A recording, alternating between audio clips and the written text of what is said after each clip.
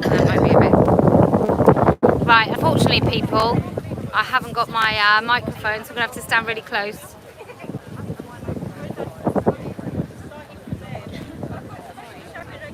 Okay. Okay, welcome everyone. Thank you for waiting. We've just had a very friendly, like not sarcastic, a very friendly, always dogs. A very friendly chat with the police, who are more than happy for us to speak. Just general rules: inciting violence is a criminal act. Anything beyond that, this is Speaker's Corner. You have a right to say whatever you like. In fact, throughout the country, if you're willing to defend yourself, you have the right to say whatever you like. So just don't incite violence, please. However much you might want to, just don't do it. So, Iris, how big is my face? Is it all right? Okay. I haven't got my microphone. I broke it last week, and I don't know about you, but I've been I've been quite busy. So I had the pleasure of meeting the Nazi, I think he's referred to, Tucker Carlson. I'm just going to say it. What a lovely man. Just a really, really delightful man. And the reason America is so important is because even women who knew exactly what Joe Biden was going to do, and I may add, I don't know if Joe Biden knows what Joe Biden is doing, but even women that knew, day one, he promised to eradicate women's rights. They still voted for him. And what I have been saying to American women over the last few months is, this issue is enough. It's enough to take your vote against any other issue. There are other issues that you would hold close enough to your chest that you would actually vote on that alone, and I really have no understanding. You don't have to vote. I reckon that's going to be really windy. You don't have to actually vote at all. I'm not advocating not voting, but if you know you're going to vote for someone who's going to eradicate your rights instantly, I think you're slightly deranged.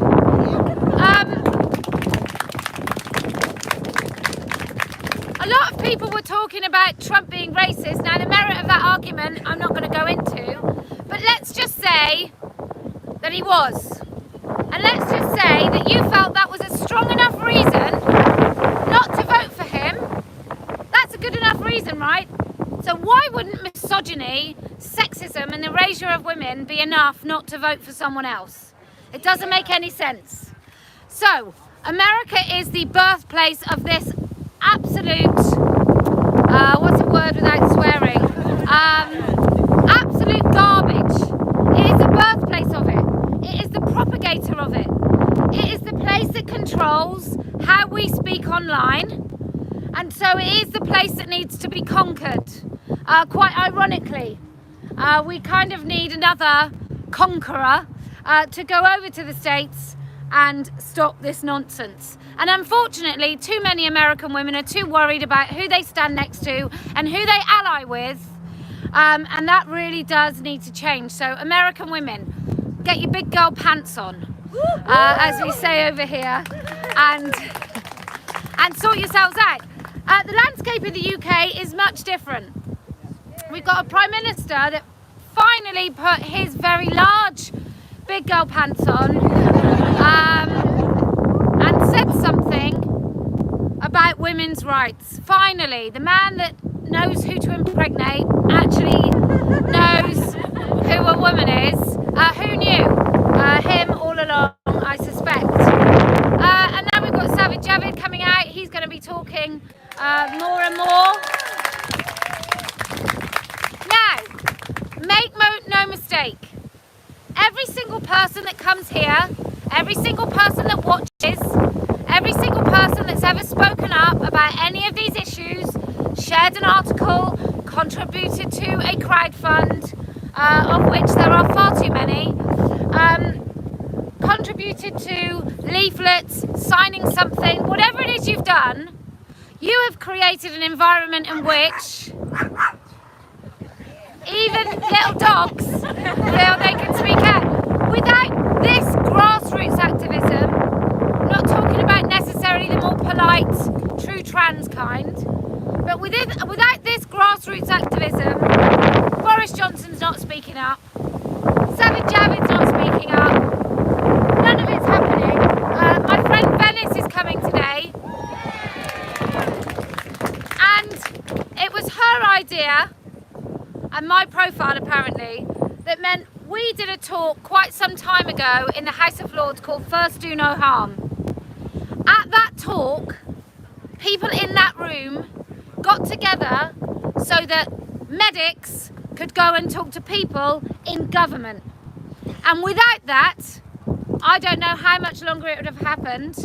And here's the woman herself, Venice!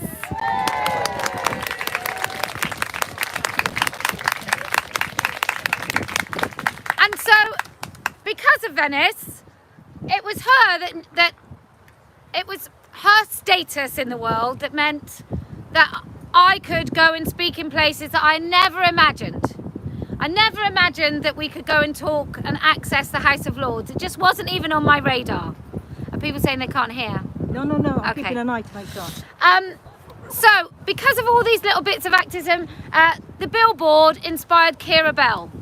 The billboard, actually, I met people in America, and because of that billboard, even in the States, I got emails and letters and personal kind of accounts, face to face, of people who decided they would stop transitioning, whatever that means these days. They would. I don't mean to give a big, immodest kind of, aren't I great? I just mean it's because of each and every one of us that now people in power are beginning to talk. So I'm guessing that what we have to do in these next elections, you might have to hold your nose. I don't really want to tell you how to vote, but if a Conservative government is saying that this issue is important and they want to stop the mutilation of children, I can't see why that wouldn't win your vote. And maybe, even if it doesn't, maybe you just tell the other parties why you're not voting for them.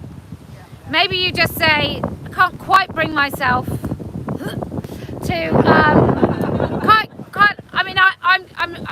I'm gonna vote Tory. I've got Michelle Donnellan, and what she did is she wrote to universities to stand up for free speech. So she gets my vote on that basis alone, and also the alternative was Helen Belcher. So no alternative at all. Anyway, this here, now that we've got the strength of a Prime Minister speaking up for us, what you now have to do is you now have to really drive this message home. You've got the strength of that feeling and movement and people in power talking like this. And if he talks like this, then his party are going to fall behind. That's bound to happen. Maybe some of them who don't may well defect. That would be great. Who is it? Crispin Blunt or someone? I think, yeah, he might leave. That would be great. He might leave politics altogether, which would be wonderful. So now that you've got that, you need to drive this home. You need to use the Prime Minister's words when you write to, if you live in a Tory area with a Tory council, you really are in a very, very good position to ensure that you get your council to unravel some of their woke policies, that the schools unravel some of their woke policies. It's not good enough now for anybody still to be propagating this absolute horseshit to kids. And so that really must be our next move. Now that that's been started, you have to capitalise on it. Each and every one of us has to ensure that we really do fight this until the very last little trace of it has vanished. Right, so the point of Speaker's Corner is to say things that maybe you still feel you can't say elsewhere. You're going to have to stand very close to the camera this time and use your big outdoor voice, because I'm going to try and shield the wind a little bit, because I suspect people are complaining. No, not yet. Thanks. Also, if you want to buy this t-shirt today, I've marked it down 25% off. So if you want to buy one while this is on, you better hurry up. So it'll be until the end of today. It'll be 25% off. Every time you purchase, every time you wear, you do two things. Number one, you are the billboard. You are the billboard. You send a message. You make people, I'm sure some of you have had encounters or stares or looks or conversations on the basis of what you're wearing. That is what we at Standing for Women do, frankly, better than anyone else. We start these conversations. We have very clear messaging, not too pretty, just very basic, deliverable message. If you want to do something in your area that's very specific to where you live, you can write to local at Standing for Women. The wonderful woman who runs it sent me a little map of where all our people are. Oh my God, there are lots of you. And they're not just in the UK, we've got Ireland, we've got America, we've got Canada, Australia, everywhere. We send our t-shirts to a quarter of the countries in the world. We even have a version in Turkish for some Turkish feminists who started their own group, and then they've got a woman definition in Turkish. We have them in lots of different languages. And I think there was a lady, did anyone come from Germany? Oh, hello! Guten Tag. So we have a lady that's come from Germany today just to be with us all here, because as I understand it, it's pretty bad in Germany also. It's everywhere. We have a kind of duty for the rest of the world to make this work here, and to really make it work to the point that we repeal the GRA.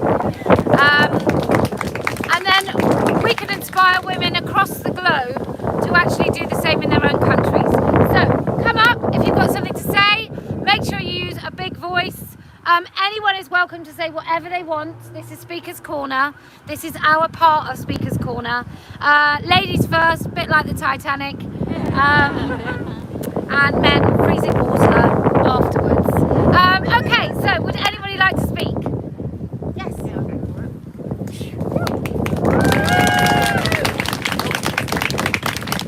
Got some leaves here. Hiya, I'm Anna. I just started YouTubing, so some of you might know me, most of you probably won't, but I'm really dead against this whole trans thing. But, well, I'm a mother, I'm a daughter, granddaughter. Luckily I've still got a couple of my grandparents left. I'm a sister, and we all know what that means. I'm a woman.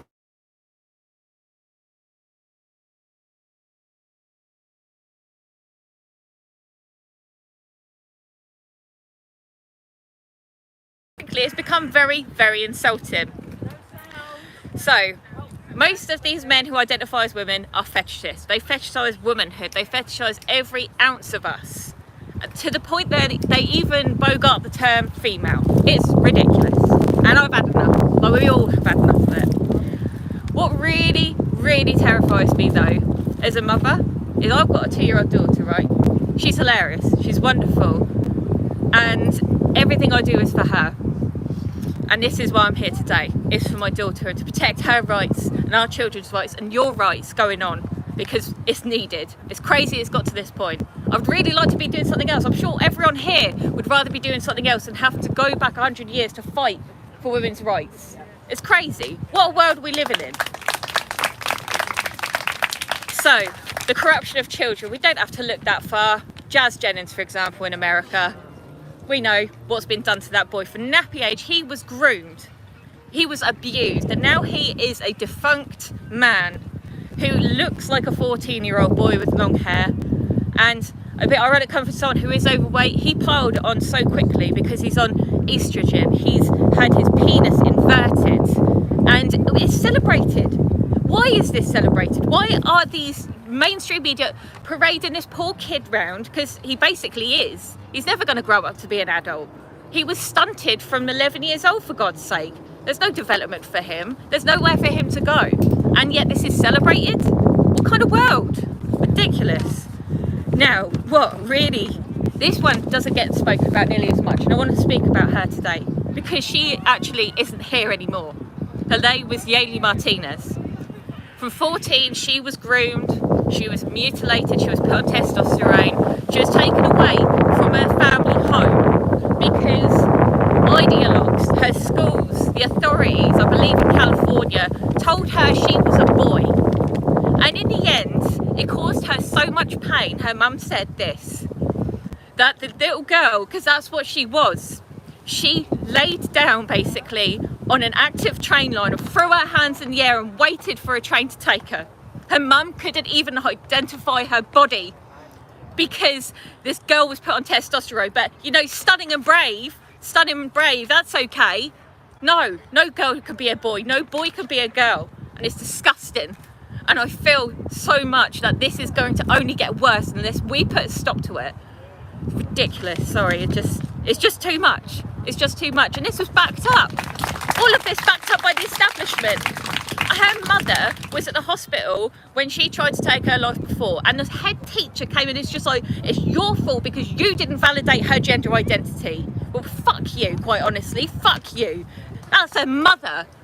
And this is a little girl in a lot of trouble, and she's not here because of this ideology. It's disgusting, and every single person who participated in that should be a bloody prison as far as I'm concerned for enabling this girl. As Kellie-Jay's pointed out a lot of the time in America, North America, they're chopping the breasts off 12-year-old girls, and more. And in fact, there is a completely demented woman who does it, who says it's to yeet the teats. Oh, how progressive is it? They're not even breasts, they're budding, they're children. It wasn't that long ago that these girls were in our wombs, that we were nursing them, that we were singing them lullabies to sleep. We can't ever forget just how young these children are, and we must protect them. It doesn't matter if you're a mother or not, it doesn't matter whether you're a father or not. Our children are the future. So I refuse point blank to use the term top surgery. It is radical mastectomies, and it's not needed. There is no such thing as bottom surgery, it's just genital mutilation. There is no such thing as hormone replacement therapy for the opposite sex. It is just drug abuse. And there is absolutely no such thing as puberty blockers, it's just child abuse. That's what it is. And anyone who supports it is advocating for the abuse of our children. Now, I lost my job because I decided I couldn't stand down with this anymore. Getting these articles from my woke employer saying how brave it was that a man was putting on a dress and going into the Women's Institute. It was so validating for him. I couldn't give a shit about the validation, mate. You're mad. There's nothing brave about a man putting on a dress. Fucking ridiculous. Sorry about the swearing, I know there's children here, I do apologise. But I know that as much as it's caused me a great deal of financial problems, whatever, I can turn around to my daughter and say that I done something. I made sure that I spoke out, and I told my employer, not having it, no more of this, because enough is more than a bloody enough right now. And losing a job, that is just one thin end of the wedge. The thicker end of the wedge we know is child abuse. And let's face it, if a child can simply change their sex, what's next? They can consent to it. This is where it's all going. And we see this on and on. You know, the LGBT, which no longer includes the LGs and Bs. It's just the T, Qs and Ps, isn't it? The so-called MAP community, funnily enough, with their pronouns and bi, it's just a signifier. No longer are you just woke, you're just part of this MAP community as well. This is what it's advocating for, and it makes me so bloody, I say cross. It's very, very polite way to put it. Now, I'm going to say here, I don't care whether you're a man or a woman. I don't care if you're a mother or not. I don't care if you're a father or not. I don't care if you're black, white, Asian, whatever. I don't care if you're left wing, white wing, whatever. We got to put aside everything. We all have a commonality here. We need to focus on what unites us, not what divides us. And I just want to say thank you ever so much. Thank you, Kellie-Jay, so much for having this and for letting us speak, and for just everyone here today. It's been such an amazing experience. It's been well worth getting a ferry at 6 o'clock in the morning. So thank you very much. Oh,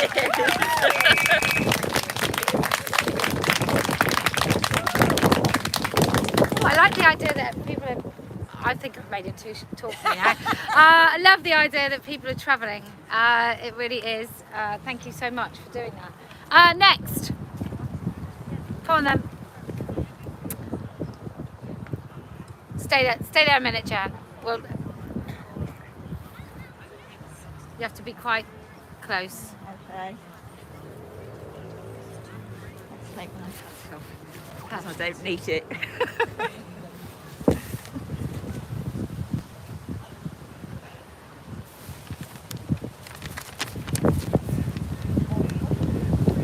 Okay, I just wanted to talk to you about not any gender identity ideology and what's happening to children in that respect, but also that children are being totally sexualised along with that, and particularly that impacts on girls, and the two things go together.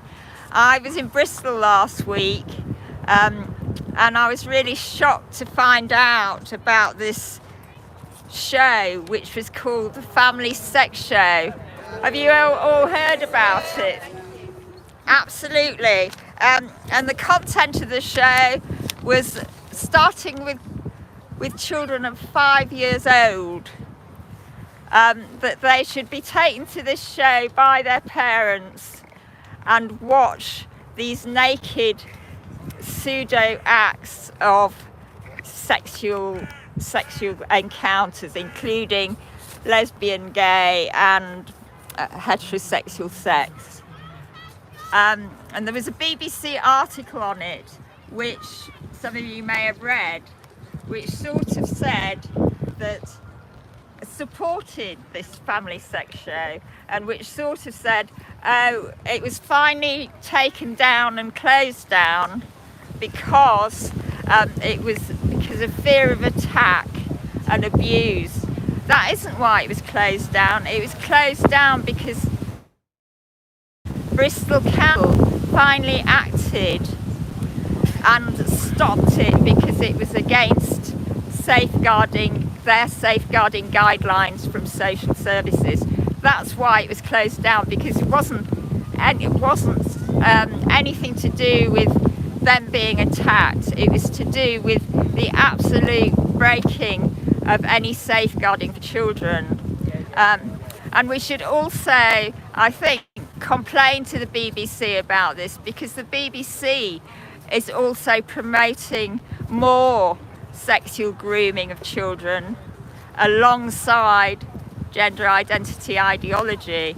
And another aspect that I've been involved in is writing a piece for Safe Schools Alliance, which is really the best organisation that is combating all this. But what is happening more and more in schools is that there are these new consultancies being set up, which are going into schools and telling children that they should watch pornography. Pornography is sex education, that it's totally normal, and normalising anal sex for girls and all those things. So this is going along side by side by gender identity ideology, and it's not being stopped, it's increasing. There are these increasing consultancies that are going into schools and saying watching pornography is normal and this is where you can learn about sex, etc. So it's a sort of promotion, total promotion of the porn culture, really.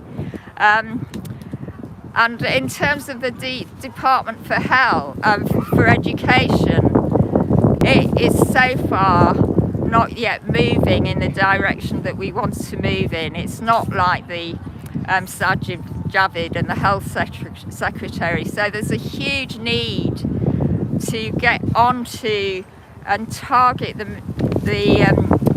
Secretary of State for Education, and to target them about and complain about them. I mean, if you've got kids at school, yes, complain directly, and you can complain directly to the Department for Education. But it needs we really need to target the Department for Education, because all this is still going on and it's not stopping, it's increasing. So that's just what I wanted to say.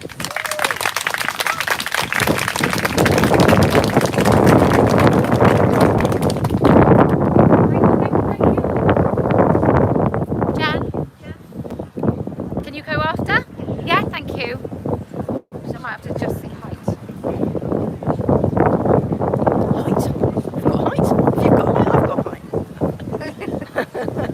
So congratulations, Turf Army. And that is not an incitement to violence. As we know, we've had the cast review, that stupid Rainbow Conference in June has been cancelled. Boris Johnson has been got at by a sensible woman, not the one he's married to. And the Conservative women have done a great job within the Conservative Party. You have to hand it to them. There are very, very high-paid and significant vacancies at Stonewall and at Mermaids. There are stories that they've got a turf detector, but I wouldn't be put off by that. If you want to go for one of those jobs, go in there. It will be so interesting to hear what you find, even if you just make an application and go for the interview. So you might think that Big Pharma was sitting back and thinking, well, that's, you know, we failed there, no problem. No, Big Pharma is proceeding as normal. Mermaids are joining forces with the Modern Family Show to flog fertility and surrogacy and egg donation to women everywhere, particularly those in poor countries where there's not many other options, particularly those which don't have a health service, so that a single parent has got to find some way to keep her kids if she hasn't got family support. Very often women doing surrogacy are single parent because it's the only thing they can do to bring some money in whilst caring for their existing children. So we are holding the first ever surrogacy critical conference here in London on the 28th of May. World first. Kellie-Jay is our keynote speaker. She knows what a woman is, along with the Prime Minister. He's not coming. We're going to start off by looking at the Ukraine, because events in the Ukraine have highlighted all the problems with surrogacy. Ukraine was the surrogacy capital of the area, and we've all seen the sad pictures about the babies being left behind, being cared for in bunkers by unchecked carers. So we've got people reporting on the situation in the Ukraine. We're going to look in a lot of depth at children's rights, because in surrogacy we are deliberately and intentionally creating children who will deliberately and intentionally be cut off from their genetic roots and their family roots. It raises the question of who owns this child to give it away? Is a child owned by its mother? What about its grandmas? What about its brothers and sisters, its aunties and uncles? What about a religion where a woman is supposed to obey her husband? What if he tells her, go and be a surrogate, it'll bring some money into the family? Is she supposed to do that? All these questions have been brushed aside by the government in its consultation with the Law Commission. And we did a piece of work to ask women's organisations what they thought about this. And the wonderful women who answered, some of whom are here, came up with 63 different problems with surrogacy. So there's a lot to cover. We're going to spend most of the afternoon talking about the implications for women's rights, because all this, like all the other issues that we campaign on and object, like porn, like prostitution, like trans, like sex clubs, they reduce a woman to being a little cog in a man's life, something that he might like to consume one day when he doesn't fancy an ice cream or a cake. He thinks he'll have someone to, pardon my language, he'll go to the local brothel. So we do not want to be a facility, a convenience, a device, an occasional something to be used in a man's life. We are women, we are human beings, and we demand proper human rights. So we hope that you'll come to the conference. Already several people have come forward who've talked about the problems that being adopted have caused them, the long-term psychological implications of it. The more science we get, the more we need to know our genetic inheritance, the more, the diseases we might be at risk of, the more problems there can be that can be detected if you know your genetic background. So, Turf Army, you need to turn into a surrogacy army to prevent further harms to women and children. Please do come along on the 28th. I've tweeted about it today. I've given out some leaflets today. We haven't got a specific flyer for the event, but you'll find it on our website feature very promptly. And we hope that a lot of you will come along and find out more. And if you've got any personal experiences of any of these issues, please do get in touch, because we might want to hear from you and maybe read out a statement from you, or you might like to say something at the conference as well. So think of it as a Radical Feminist weekend. It is a bank holiday. At least one person who was here last time has got accommodation and can put people up. Come to the conference on the Saturday. Come out for a nice Indian meal for us in Drummond Street round the corner afterwards. Maybe stay over and come along here on the Sunday to the Reformers Tree and have yourselves a lovely feminist weekend. Thank you very much.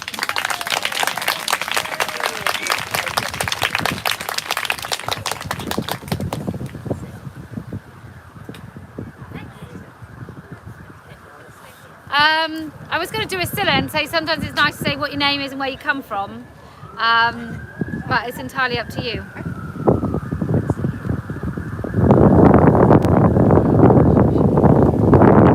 So, as loud as you can. Okay. Hi, so I'm Sister Realista. I'm from London, and I'm here to talk to you about the HRT shortage. This is my estrogen here, and this is very personal to me for certain reasons. According to various NHS trusts, I am now an ovarian cancer person. Not a woman, but a person. Well, no, I'm a woman, and this has shaped practically my entire adult female life. I got diagnosed when I was 24 and had to have an ovary removed. I was then advised to get my other ovary removed as soon as possible, to have kids early, get my ovary removed. I looked into having my eggs frozen and was told no, because the drugs that they give you increase ovarian cancer. So that was a no-go. I had children, but emergency cesareans and the surgery for my ovarian cancer meant that I couldn't have any more. So I was advised not to have any more. My husband was booked in for a vasectomy when I got diagnosed with ovarian cancer in my other ovary. So he got a lucky escape and escaped the vasectomy. I did suggest he could have it anyway, but that was apparently unreasonable. And because I was young, I was told in no uncertain terms that I had to have HRT.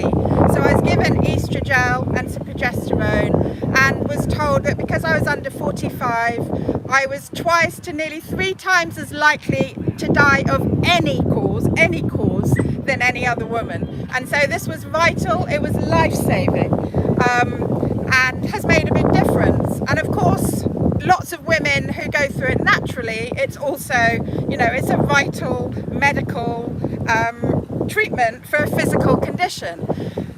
And in the last 3 months, there's been an HRT shortage, and I could nearly cry.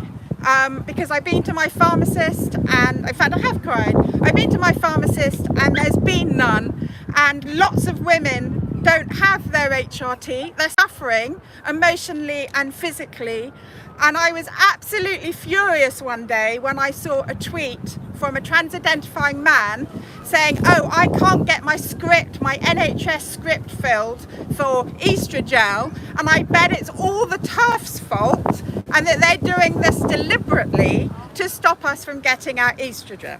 Yeah. I would.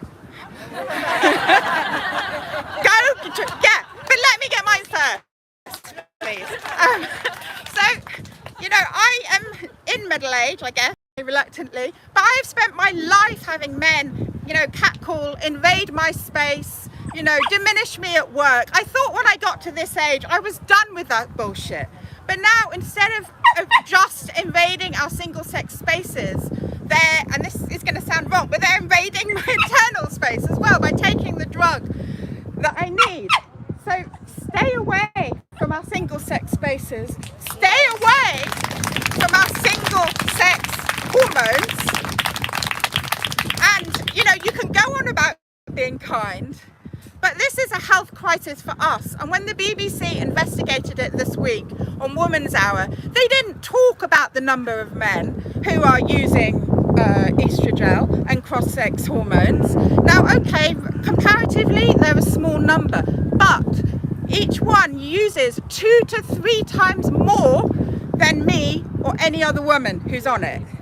So there'll be a smaller number, but they're using, 3 times as much per person. So this needs to be talked about because it's becoming a crisis, because for 3-4 months now, so many people around the country have not been able to get it.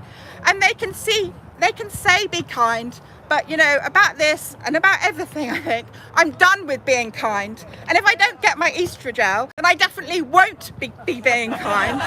So keep fighting the fight, and thank you very much.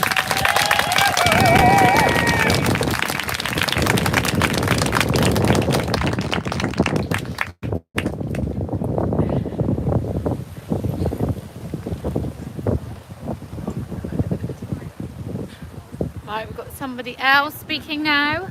Yeah. I love your speeches.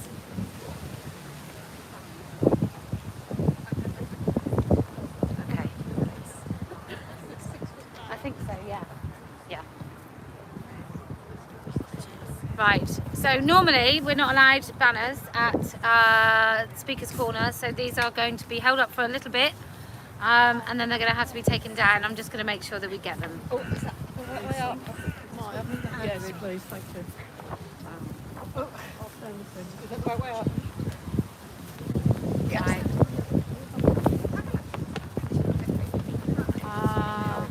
That's it. I'm just going to get that in. It's very windy, so let's just hold the corner.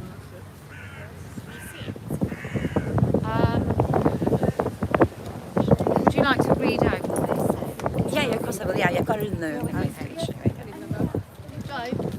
Anybody else volunteer just to hold so it's straight? Okay, I'm just going to come back a little bit to get the photos.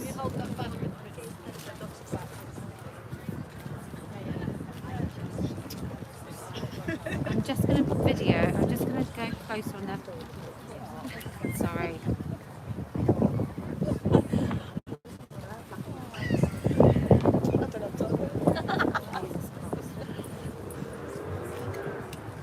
This is the face of the killer.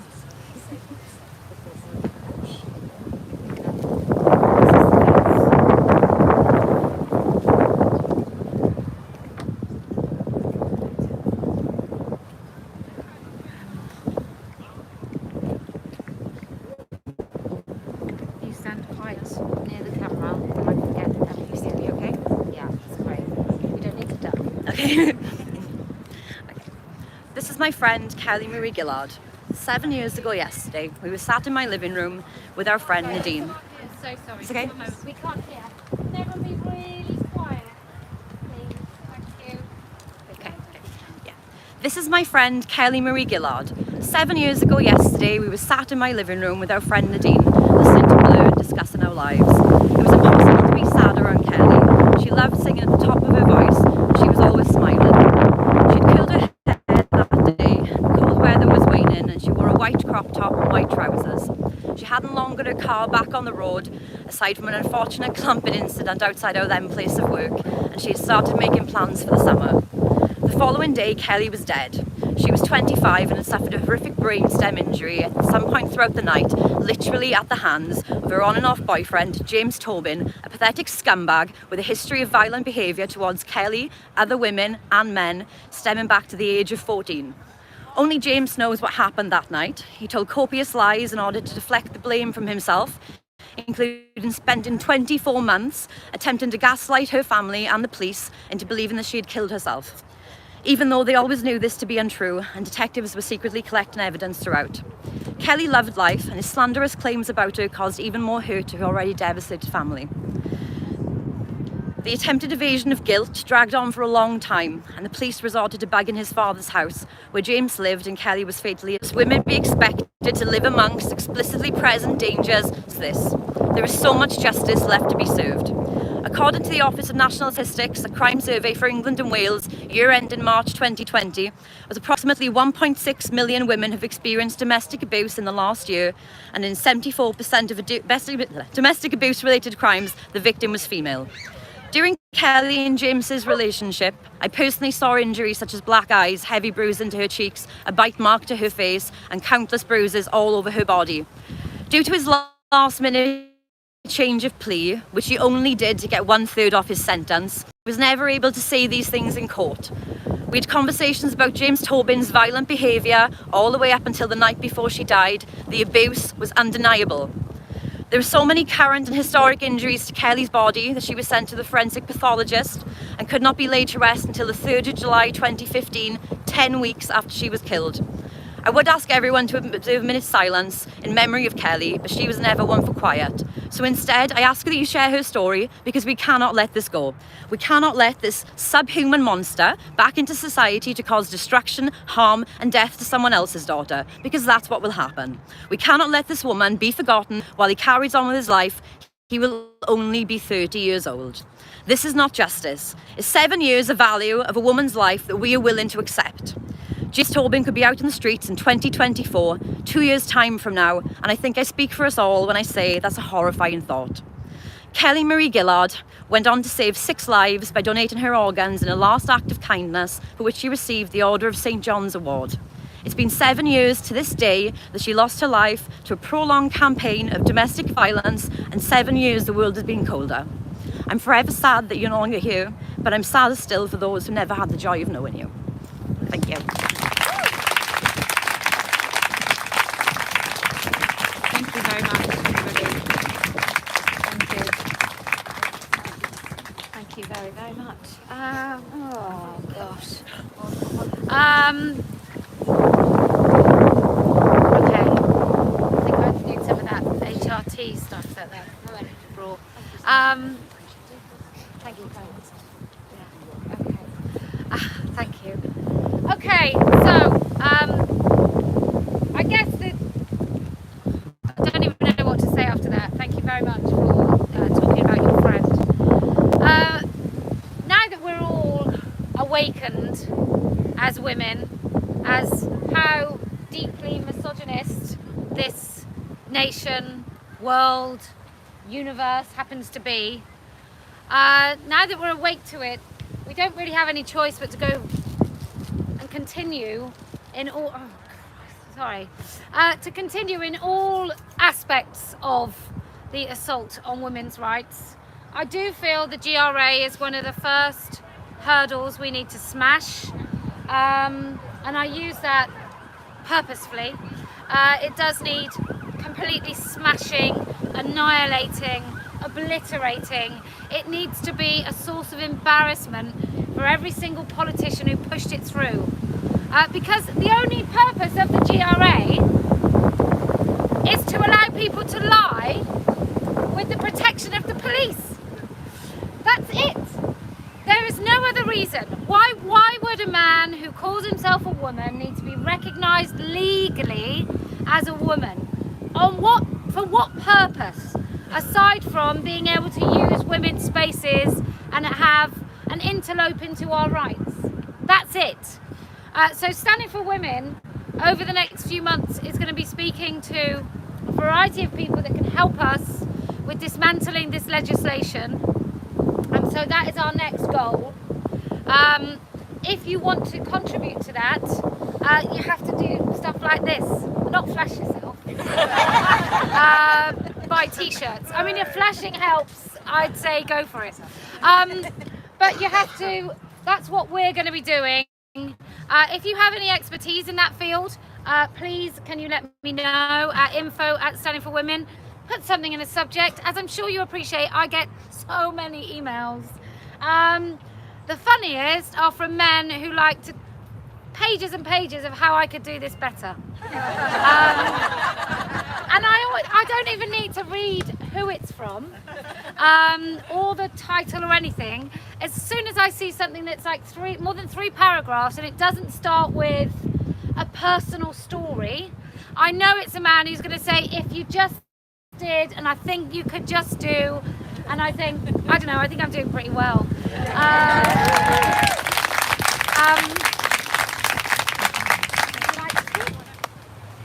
If you've been to the last couple, this lady gives a fine speech. I am.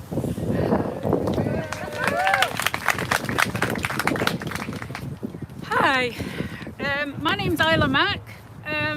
Before I tell you what I've got in here, I just wanted to follow up on that lady's point. I don't know where she's gone. The bit about children and rough sex and S&M. I've been writing to the Children's Minister and the Children's Commissioner about that very subject. And if you want to help me, I would love you to get in contact with me. There's an organisation called Fish UK, which I've basically tried to take to task about their sexual health information that they're providing to very young children, which basically teaches them how to choke and do lots of anal sex and BDSM and rough sex, etc. Sorry, it's probably sound here. Sorry, which I take great issue with. And there are links to this. There are back channels from other sites, including DSD Families and DSD Teens. They all kind of back channel with each other. And this is a one-man band, so children can contact this guy with their personal information. So there's also issues from a safeguarding point of view. So I've contacted the Minister and the Commissioner, but the Commissioner office is captured, which won't surprise you, and their head of external affairs has a trans-identifying child, so they decided they didn't want to work on any level with me. And the Minister said that they didn't want to get involved, and it wasn't any of their business who schools choose to work with. So I just thought I'd let you feed into your point. Okay, so I always kind of things catch me during the month, and I kind of went down a bit of a road this last week with TikTok, which, you know, is always a bit of a dangerous game, I think. But basically I kind of started looking at the whole young women identifying as trans men, and it's really affected my mental health, as I'm sure it has yours. But essentially what I found was massive levels of euphoria, right? And this whole mass hysteria. And I looked up the side effects of testosterone just to see what they were seeing, right? What are you finding, young women? And I basically found a whole load of Abercrombie and Fitch dancing and advertising. Essentially, I'm using that as a euphemism because you possibly are of an age that you remember what that means. Just loads and loads of young women dancing around going, look at my double mastectomy, etc. So I decided, as we are all women, that I would leave something positive on the internet that wasn't what they were seeing. It was a letter to those young women, right, which is completely not what they're finding, okay? And if one of those young women sees this on YouTube, then it's worth this 5 minutes that I'm going to spend, right? So, dear sister, every woman here has a story, and we're worried about you, which is why we are here today to share our stories together. When I was a young girl, I knew that I fancied women. I shaved my head, I got tattoos and piercings, even before they were cool. This is a true story. My mum was not happy. I wore camo and boots and leather, and I hung out in back rooms and lesbian bars, and I'm not going to tell you any more than that. But they don't exist now because they've all been stolen by men LARPing as women. Now the relevancy of this tale is that I know what it is to have what are known as dysphoric feelings, as well as the need to find a home and community that reflected my sexuality. Now many lesbians and straight women understand what it is to question our sense of self, to seek a community, to not like our bodies and what they do, to struggle with our identity and our mental health, and to find our place in womanhood.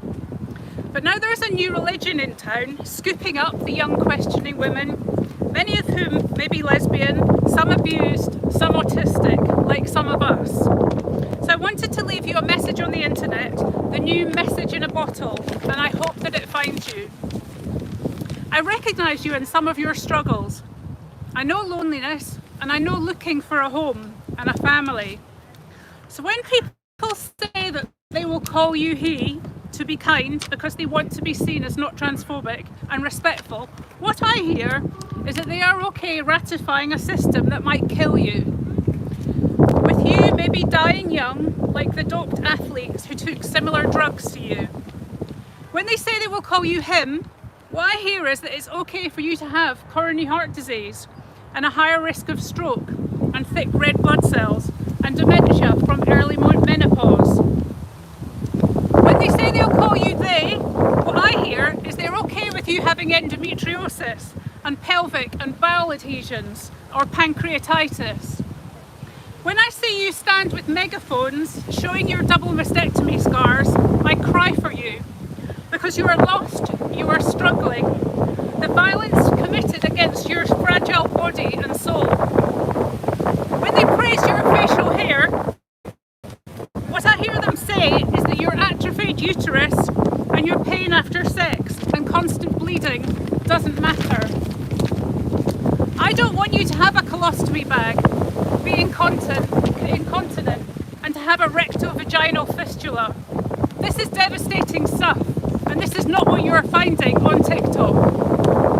When they say, wow, you look buff, man, what I hear is that you have traded your healthy body for a lifelong set of medical conditions that may shorten your life. When I hear you are signing up for ravaging your body to make a skin tube and reroute your urethra with a 100% complication rate, which could claim your life through sepsis and a million other issues, I cry for you. When I hear you've told your mum that you'll commit suicide if you don't get tea and that you have gender dysphoria, I know you may be lying because I joined Reddit too, and I read the scripts about what to say to your family and to your doctors. Sisterhood is here for you. Each and every one of us is here because we live every day with our unique struggles, traumas and rewards. But we are united in womanhood, and your place is here with us. No matter what you're feeling. We are butch, we are femme, we are lesbians, we are straight, bi and not sure. You only need to reach out to us. We're here now waiting to welcome you. This is why I say I can't support the trans narrative. This is why I feel physically ill when people say, oh, I'll use pronouns to be kind. Because I cannot, for one single moment, loosely or liberally, use words that mean that you may suffer and die. I've donated my life to patients and teaching others to care for patients, and I'm not going to take part in the greatest medical scandal ever to happen globally.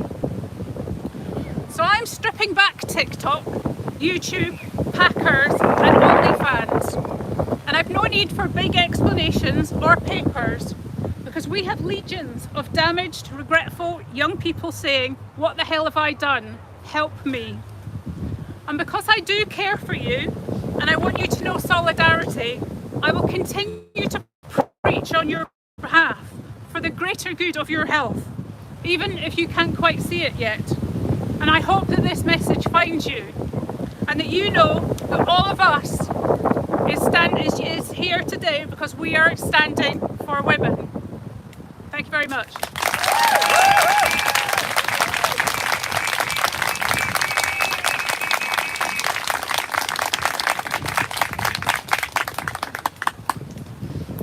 If you've been before, we sometimes get baronesses. This time it's just a regular hero.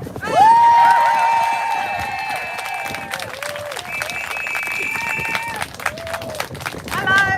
Is everyone feeling worthy of respect? It's my first time here. Is it anyone else's first time? And my mum's. Yeah, about a month ago, I swear to tell the truth, the whole truth and nothing but the truth, and that is what we're all doing. We're just telling the truth about sex. It's really, really basic, and you shouldn't lose your job for it, and you shouldn't be afraid for it, but people still are.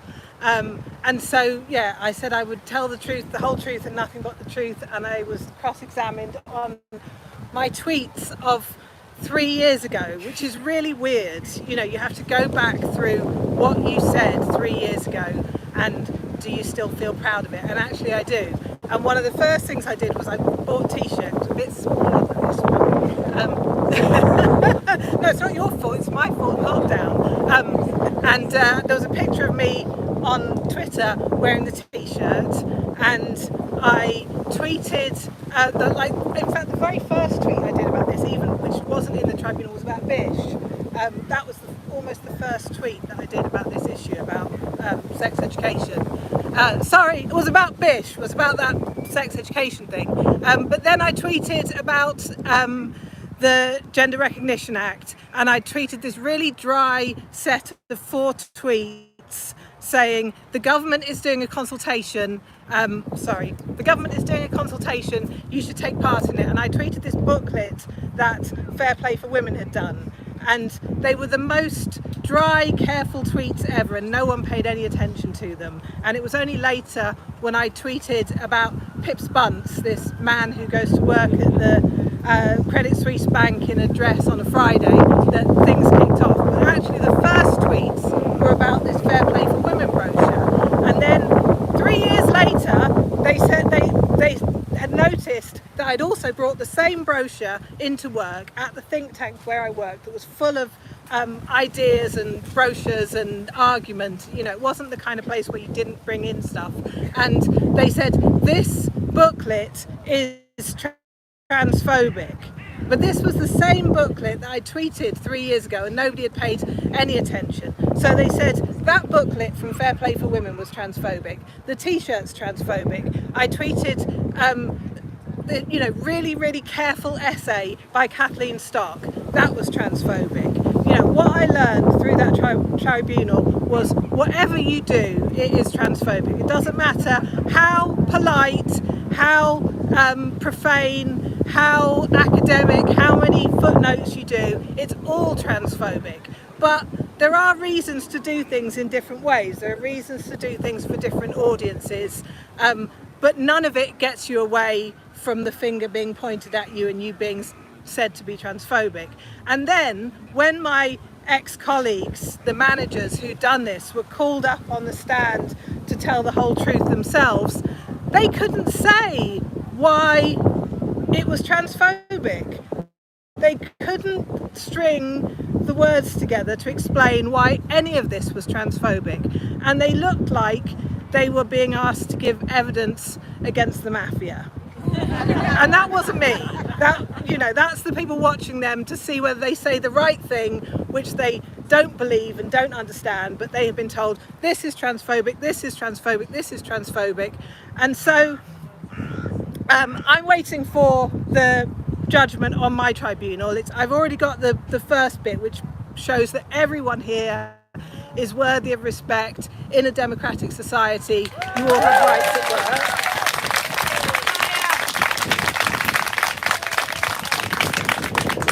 Hopefully, yeah, I get my judgment in May, we'll see.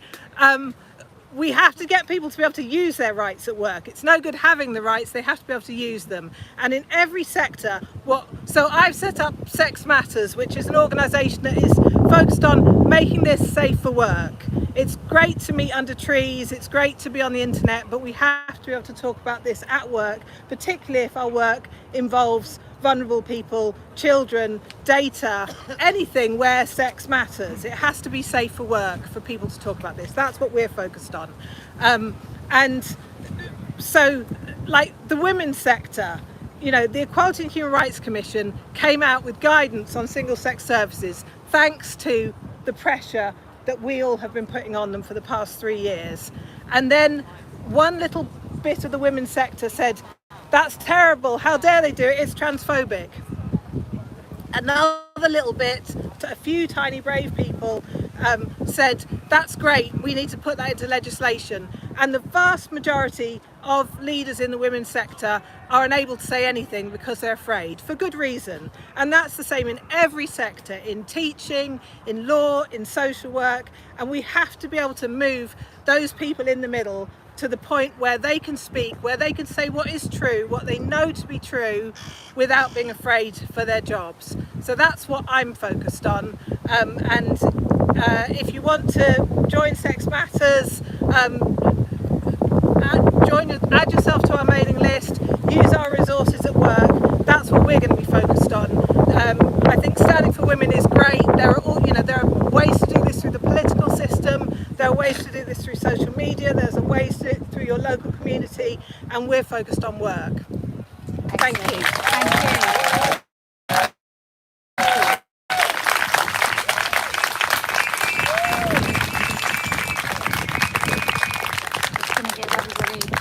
The TRAs keep saying about 3 people turn up, so I just thought, not that we listen, who cares what they say.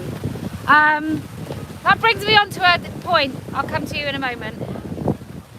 I think you're the reason I got complaints from the police. I don't know what...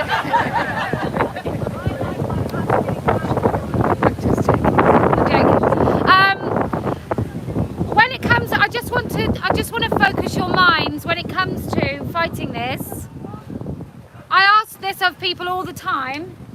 Please don't engage with men who wear woman face on Twitter. Please don't. They're no one. They're not even anyone in their own lives. They don't even matter in their own kitchens.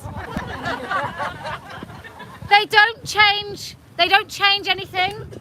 They literally occupy the only place they wield any amount of power, and even that's very small, is on Twitter. That's it. They don't change policy. They don't change public perception, except probably peak everybody they ever meet. So please, just if you're tempted to argue with one of the many soft-voiced men who basically write about being AGPs. Like, it's not even hidden. They write about their journey about being AGPs. If you're tempted to spend some time on them, just have them in your head and write to somebody else. Do something else. Please don't give these men any of the attention that they are craving. It's ridiculous. You are simply giving them flaccid-ish erections. I know the two things don't go hand in hand, but most of them are on HRT, and they quite enjoy the fact that they are aroused without being able to have an erection. That is part of the pleasure. So basically you're participating in their little sexual fantasy every time. So please don't be a participant in their little porn world. That's all I'm asking. Don't do it. It just, frankly, it annoys me when I see anybody doing it. I just think, don't waste your time. Don't give them what they want. Madam, would you like to come and... God, you look gorgeous today.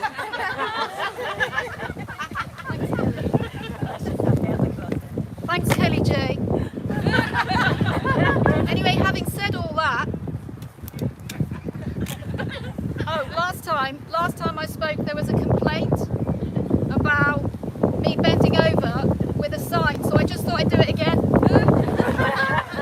Here's this sign saying, that one, my anus is a vagina. Then I bent over and just pointed.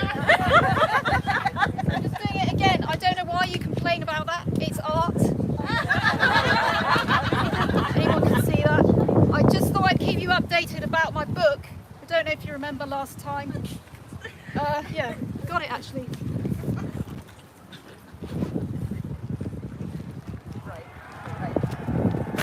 The Adventures of Mr. Penis. It's doing really well. I've sold 4 copies of it. And I just wanted to say, because none of you got this last time, because you're thick turfs, but it's actually a homage to Grace Lavery. Very, very sort of inspiring woman. Don't know if you heard her on Radio 4 Woman's Hour. But anyway, when I saw Grace, I thought it was a bit like when the Buzzcocks saw the Sex Pistols. You don't have to have don't have to play anything, you don't have to sing. It doesn't stop you being successful if you don't know how to do anything at all. I thought, he can't write, I can do that, and I did, and look what I've produced.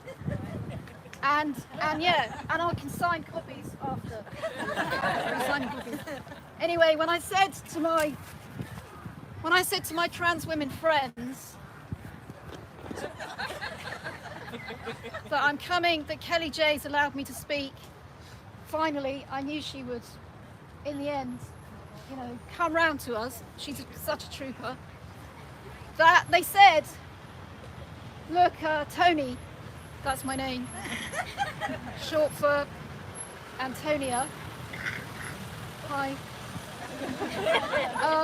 They said, Tony, look, can you know, because we're trans women lesbians, and it would be a good opportunity if you get to speak to Kellie-Jay's followers, who are mostly lesbians. You know, just to give them a few style tips. While you're there, just to make them a bit, you know, a bit more sexy for us. Well, just generally, you know, because that's actually how, you know, trans women, we can help you. Our sisters, and we do want to help you be more sexy women, because that's what we're good at. Well, we're basically good at everything, you know, because we're men and we're better than you at everything. But especially being sexy, you're good at all the cleaning up stuff and, you know, doing the dishes. We give you that. Just carry on doing that. But I want to just take a minute now to teach you how to be sexy. This is, by the way, this is my lesbian friends, trans women friends. I'm straight, just want to let you know. Don't get your hopes up. So I'm going to teach you a sexy walk. Okay, and at the same time as walking in a sexy way, I'm going to pout. So it's two things you can learn, but I've got to have some sexy music. So if you just wait, I'm just going to put it on. Where did I put my, oh, it's there. Thank you very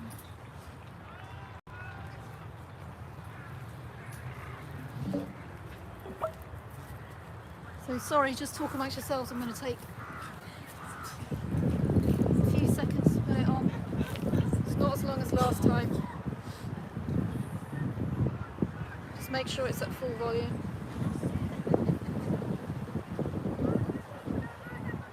Okay, ready?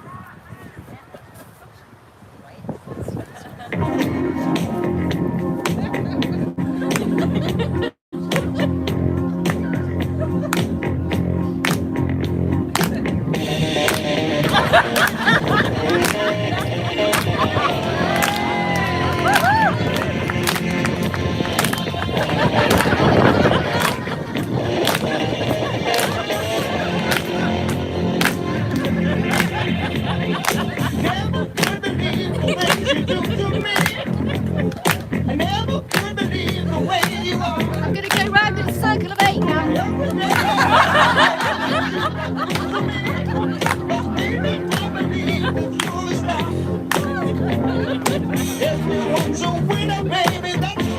I'm going to show you my new.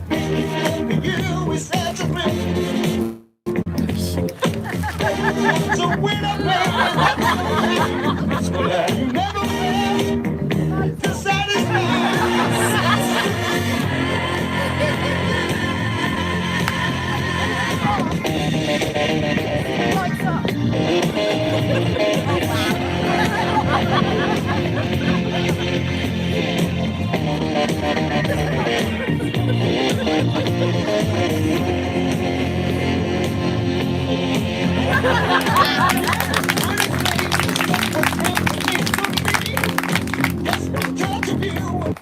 So that was it. Just practice it, you know. When you're at home in your front room, just put on a bit of music and just walk up and down. That's what I do. Right, bye. See you next time.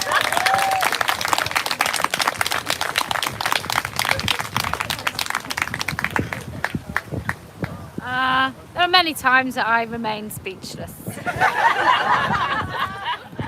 Oh my God, definitely one.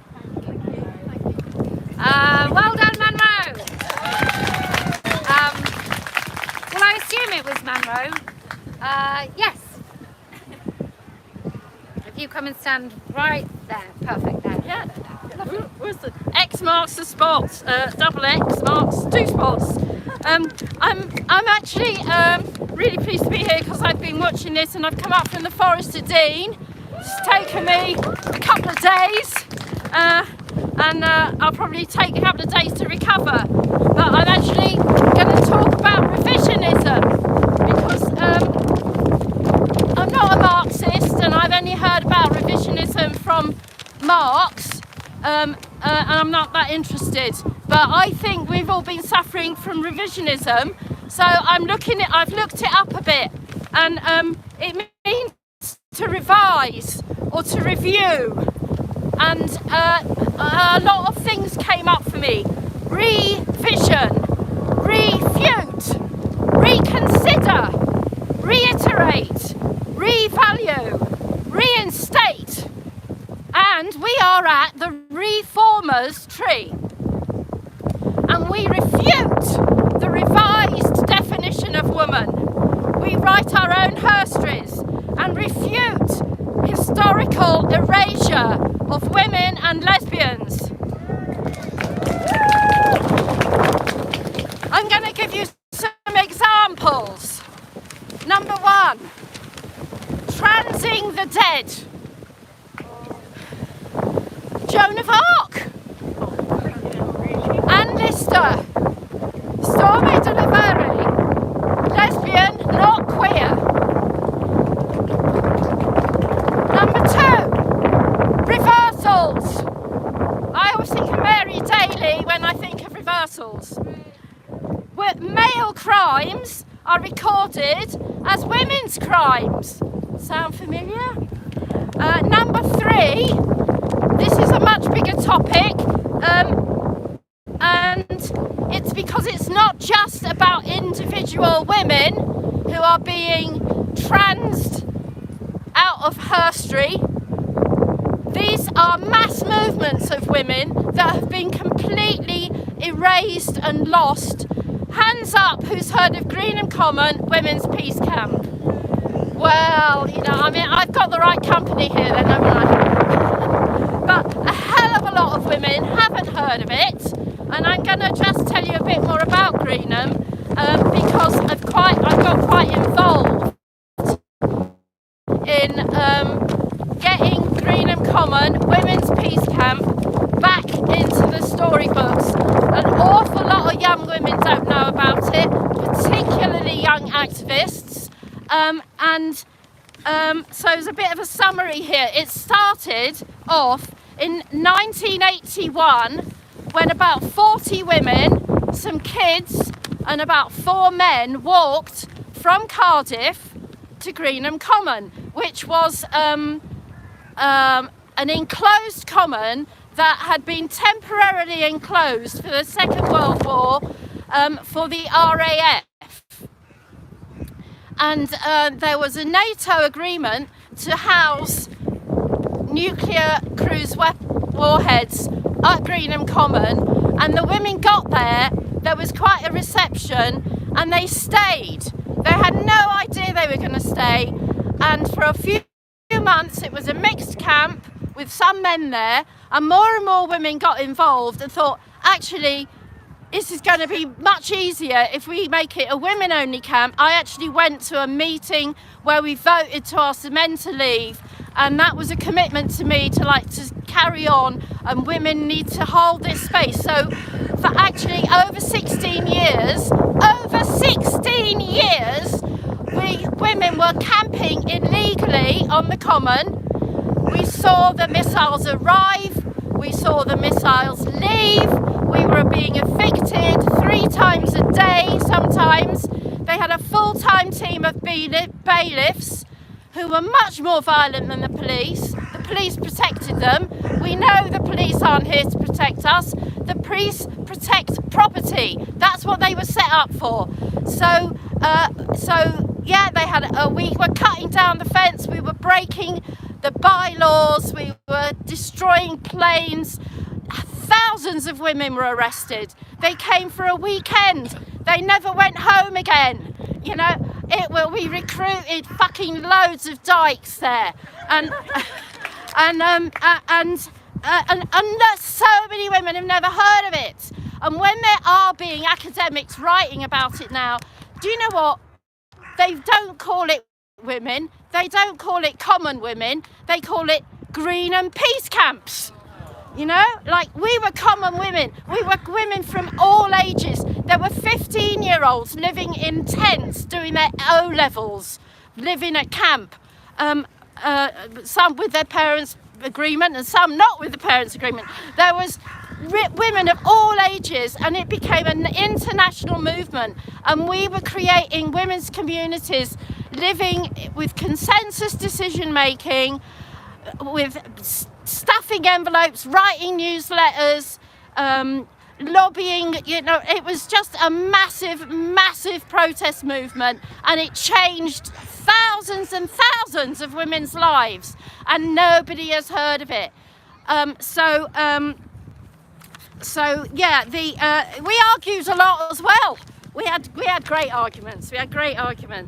And after initially just being the one camp at the main gate where all the missiles were coming and going, there were so many women, and we had a lot of disagreements. So we ended up like having, at one point, we had 7 camps at 7 different gates.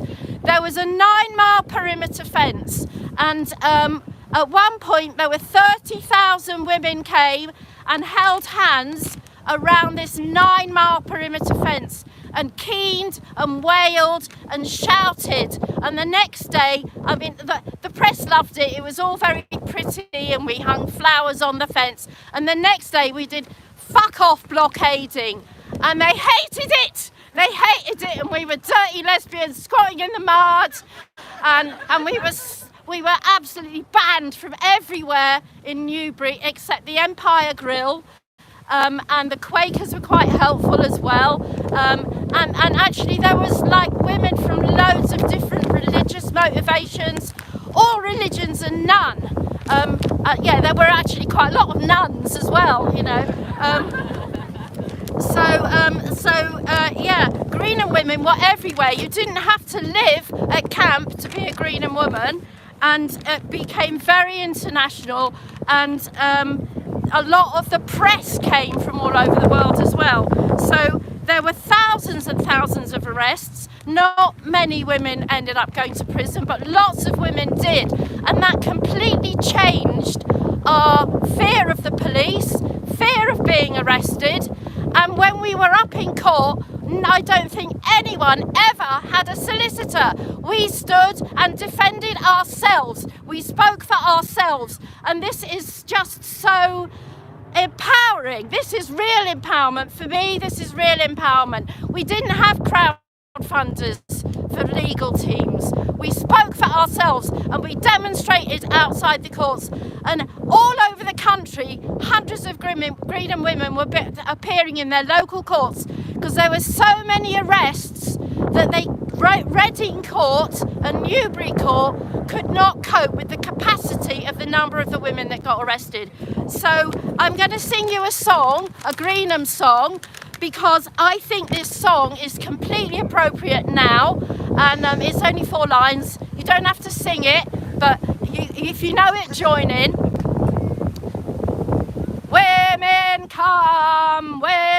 come, come and join our circle forming, for together we are strong, break the nuclear chain. And we did a lot of holding hands in circles. So I'm just going to remind us about revisionism and the revisionists. A revisionist is a person or views that reject traditionally held beliefs about a particular event or events. But the damage to detransitioners' bodies cannot be revised. Stay strong, sisters.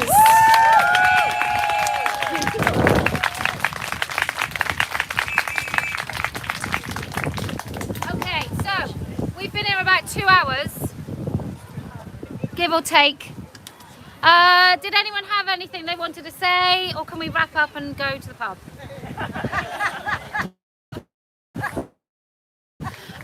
Thank you very much for coming. If it's your first time, thank you, thank you.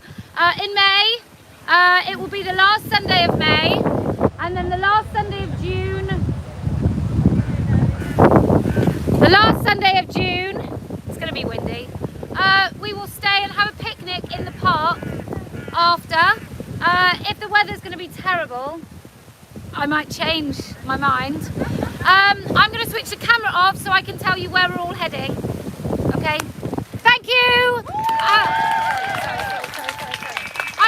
I forgot. I'm not really with it because I arrived back from America yesterday at 7:30 in the morning. Let me just say, if you keep speaking up, if you use our Prime Minister's words, then this is something we will win.